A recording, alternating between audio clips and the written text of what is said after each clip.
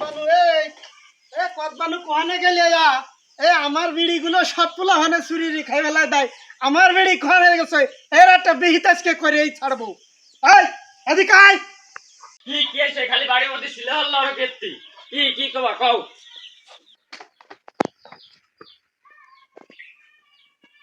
এই আমার বিড়ি খাইছে কিনা? বিড়ি খাইছিস?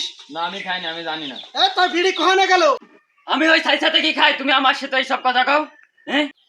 হ্যাঁ বান্দর, তুই কথা কস না কা? মঞ্চ একেবারে কাঞ্চে মাঞ্চে ফাটাই ফেলাই দি। হ্যাঁ, সুখ সাফের মেনা করলাম তো দাঁড়াইছে।